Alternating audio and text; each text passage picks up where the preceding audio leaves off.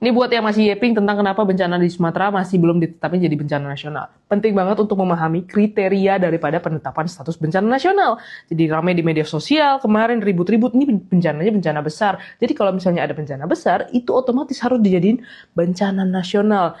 Dan kalau misalnya belum dijadiin bencana nasional, artinya pemerintah pusat dianggap lambat. Pret. Ini yang harus semua daripada kita pahami bahwa di dalam penetapan status bencana nasional itu sebenarnya ada prinsip hukumnya. Undang-Undang Nomor 24 Tahun 2007 dan Perpres Nomor 21 Tahun 2008, di mana penetapan status bencana nasional bukan dilihat daripada skalanya, tapi dilihat daripada lumpuh atau tidaknya pemerintah daerah. Menurut pedoman penetapan status keadaan darurat bencana BNPB, itu pertama status daruratnya di level kabupaten kota. Status darurat ditetapkan dan jika Pemda masih mampu memobilisasi sumber daya, mengaktifkan komando darurat dan menangani evakuasi dasar.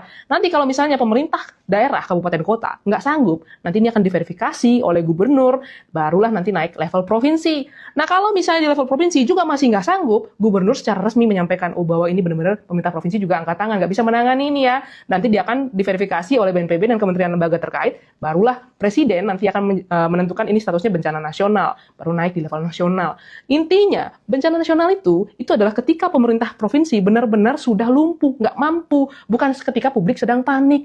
Nah, pada masalah ini, Pemda Sumut, Pemda Aceh, Pemda Sumbar, itu masih berfungsi. Gubernur Aceh, Gubernur Sumatera Utara, Gubernur Sumatera Barat, itu masih memimpin operasi daripada evakuasi, struktur komandonya masih berjalan, penanganan awal masih terus dilakukan, komunikasi dan koordinasi Pemda masih berjalan. Jadi ini tidak lumpuh, ini masih berfungsi. Jadi secara hukum tidak memenuhi syarat untuk jadi bencana nasional. Tapi sayangnya, di tengah kepanikan masyarakat yang seperti ini, ada aja oknum-oknum kampret yang sengaja menggunakan status bencana jadi bahan provokasi dan menimbulkan kebencian. Yang mana sebenarnya tenaganya itu bisa lah digunakan untuk memberikan bantuan konkret bagi masyarakat yang terdampak bencana, dibandingkan harus provokasi dan melupakan fakta bahwa pemerintah pusat udah hadir daripada hari pertama untuk memberikan bantuan.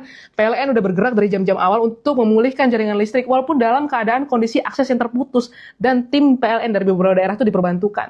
TNI Polri memberikan bantuan evakuasi, pinjamin pesawat, bantu ngirim logistik, pinjamin helikopter, perahu karet, tim SAR, BNPB itu memimpin operasi dan modifikasi cuaca. Kemenko PMK itu bahkan mengkoordinasikan bantuan lintas kementerian atas instruksinya Presiden untuk tenda pengungsian, makanan, air bersih, perlengkapan bayi lansia, distribusi kebutuhan prioritas melalui skema cepat kementerian lembaga. Bahkan tim Natal Nasional yang udah ada di Sumut itu dimobilisasi.